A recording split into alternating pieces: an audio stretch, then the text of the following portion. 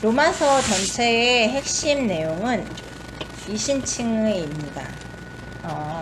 오직 의인은 믿음으로 말미암아 산다 라는 말이 로마서의 핵심입니다.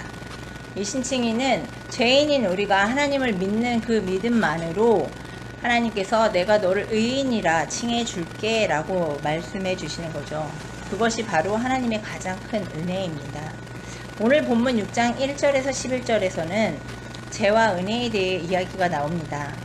죄가 클수록 은혜가 크다 뭐 이런 이야기도 우리 잘 알고 있을 텐데요. 죄가 없으면 은혜가 어떤 면에서는 인간에게는 사람들에게는 좀 크게 와닿지 않을 수 있을 것 같아요. 근데 우리가 죄인이었기 때문에 하나님께서 나를 의인으로 만들어 주시는 것이 은혜가 되는 거죠. 구원받은 사람의 삶은 어때야 하는 것일까요? 내가 하나님께 구원을 받고 의인이라 칭함을 받았어요. 그런데 우리가 살아갈 때에 늘 죄인처럼 살아간다면 하나님의 은혜를 정말로 깊이 느끼고 누리는 진정한 크리스찬의 삶은 아니지 않을까 생각이 듭니다. 여기 6장 1절의 말씀에 보면 우리가 무슨 말을 하려 은혜를 더하게 하려고 죄에 더하겠느냐라는 말이 있습니다. 엄마와 목욕하는 것이 즐겁고 기쁘다고 해서 매일 몸에 더러운 것을 묻히고 들어오는 아이가 있다고 한다면 그거는 엄마의 마음을 정말 부모의 마음을 헤아리는 모습은 아니겠죠. 우리가 신앙생활에서 물론 그런 어린아이와 같은 마음이 있을 때도 있겠지만 정말 부모의 마음을 헤아린다면 일부러 더러움을 묻혀서 엄마와의 행복한 시간을 누리고자 하진 않을 거다라는 겁니다. 다른 방법들, 더 엄마의 마음을 헤아려서 엄마를 더욱더 기쁘게 하는, 부모를 더욱더 기쁘게 하는 방법들은 너무나도 많을 텐데 일부러 잘못을 저질러 그 시간을 기쁘게 가고자 하는, 죄를 일부러 지어서 내가 은혜를 더 느끼고자 하는 그것은 말이 안 된다라고 오늘 사도 바울도 이야기하고 있습니다. 그것은 진정한 믿음을 소유한 자의 삶은 아니겠지요. 오히려 일부러 지은 죄는 성경에서는 하나님을 만홀히 여기는 사함받기 힘든 죄라고 이야기가 나오고 있습니다. 오늘 사도 바울이 이야기하고 있는 죄에 대하여 죽는다라는 말은 지금까지의 나는, 죄인으로서 살아왔던 나로부터는 죽어서 나를 장사 지내고 다시 하나님의 자녀로 새롭게 태어나는 것을 의미합니다.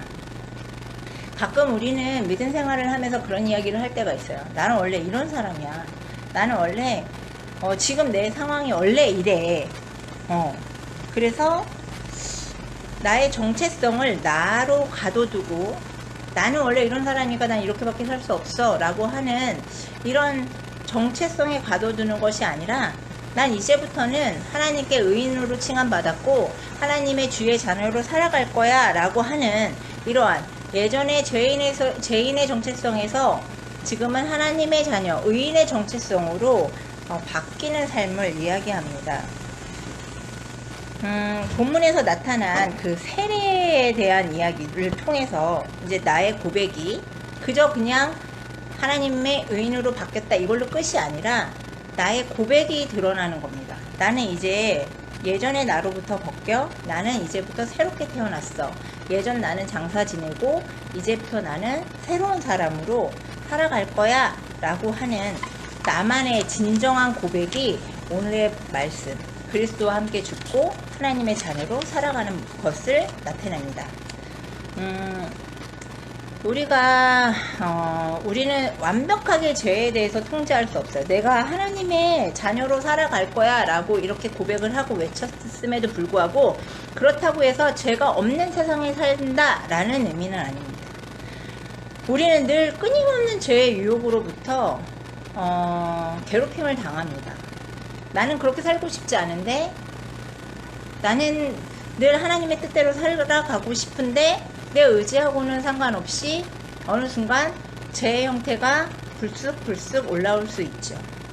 근데 오늘 사도 바울이 이야기하는 것은 우리가 의인이 되었으니까 앞으로는 죄가 우리를 괴롭히지 않아, 이런 이야기가 아니라 늘 끊임없는 죄의 그 유혹과 두드림 앞에서 우리는 나를 통제할 수 있는 능력을 얻었다라고 이야기하는 겁니다. 죄를 향해서 나는 이제 저항할 거야 라고 하는 어떤 이런 능력, 난 이 죄로부터 나를 벗어나게 할 거야 라고 하는 그런 힘이 우리 안에 생겼다라는 말입니다. 내가 지금까지는 나도 모르게 알지 못하는 순간에 죄를 짓고 살았을 수도 있어요. 우리가 모르고 짓는 죄들도 많이 있을 거예요. 하지만 이런 죄들도 기준과 원칙이 생기고, 아, 이것은 하나님 기준에서는 죄였구나. 어린아이가 늘 아무 생각 없이 움직이고 아무 생각 없이 뛰어다니지만 그것이 죄인 줄 모를 때가 많아요. 그런데 그것을 사람을 불편하게 하고 다른 사람에게 폐를 끼친다면 그것은 죄가 되는 거죠. 물론 그 죄를 아이 스스로 감당할 수 없기 때문에 부모들이 책임을 져야 되고 어떠한 그런 상황이 되죠. 우리가 우리 스스로 죄를 지어도 우리 스스로 그 모든 것을 해결할 수 없기 때문에 하나님께서 예수 그리스도를 보내주신 겁니다.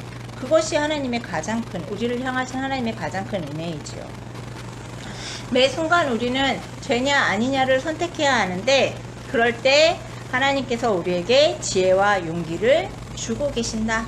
우리에게 그것을 죄에서부터 벗어나게 하시는 그 지혜와 용기를 하나님이 매 순간 우리에게 공급하고 계신다. 이것이 우리의 믿음의 고백이지 않을까 싶습니다. 전쟁이 일어났다라고 생각해 봅시다. 내가 누구 편인지는 알아야 되죠. 내가 어떤 편인지는 알아야 싸움을 할 수 있지 않겠습니까? 무엇을 향해 총칼을 휘두르겠습니까? 내가 아군에게 총칼을 휘두르는지 적군에게 휘두르는지는 알아야 그 전쟁에서 승산이 있지 않겠습니까? 내 대장이 누군지는 알아야 내가 이 대장의 외침에 그 소리를 듣지 않겠습니까? 나가라 싸우자 하는데 뒤로 간다든지, 아니면 적군의 대장의 소리에 듣고 반응한다든지, 이렇다면 그 싸움은 절대 이길 수 없는 싸움이 될 것입니다. 우리의 믿음은 어디에서부터 나오냐면 하나님께서 나를 위해 가장 최고의 무기와 가장 최고의 전략을 세우고 계신 분이라는 것에서부터 시작됩니다. 하나님은 나를 위해 모든 것을 완벽하게 세팅해 놓으셨고 모든 것을 우리는 언제든지 공급받을 수 있는데, 그것을 우리는 두드리지 않고 누가 나에게 귀에 대고 속은 대로 아니면 외치고 있는지 그것에 내 귀를 기울이지 않기 때문에 우리의 믿음이 드러나지 못하는 경우가 많이 있습니다. 우리의 매일매일 순간순간 다가오는 영적 전쟁에서 어떤 말에 귀를 기울여야 할지, 하나님께서 나에게 무엇을 공급하고 계실지, 어떠한 공급이 나에게 필요한지 그것을 늘 느끼고 그 부분에 대해서 내가 반응할 수 있는 것, 그것이 옛사람인 나를 장사 지내고 새사람인 나로 태어나는 과정일 것입니다. 오직 그리스도와 연합하여서 십자가의 죽음과 부활을 경험한 우리는 이제부터 내 생명이 아니라 오직 하나님의 생명으로 살아가는 겁니다. 삶의 기준도 목적도 의미도 예전에 내가 계획 세우고 내가 원하던 대로 살아갔었다면 이제는 그 모든 기준과 목적이 하나님의 기준으로 바뀌어 살아가는 것이 바로 크리스찬의 삶일 것입니다. 구원은 내가 잘해서 얻는 것이 아닙니다. 내가 잘해서 얻은 것이 구원이라면 아마 내가 잘못하는 순간에 그 모든 것은 물거품처럼 사라져 버릴 것입니다. 하나님께서는 내가 잘해서 구원을 하신 것이 아니라 내가 잘하지 않았어도 나를 믿는다라는 그 믿음의 고백 하나로 나를 죄인에서 의인으로 옮겨 놓으신 것입니다. 그렇기 때문에 그것이 은혜가 되는 거고 그것이 내 평생의 고백이 될 수 있는 것일 겁니다. 우리는 날마다 죄에 대하여 죽고 하나님에 대해서는 다시 살아야 합니다.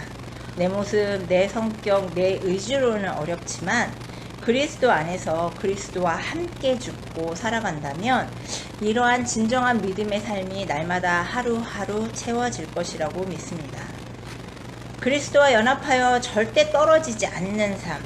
나는 할 수 없지만 주님께서는 나를 통해 이루실 것들을 믿는 믿음. 이것이 오늘 사도 바울이 우리에게 이야기하고 있는 것입니다.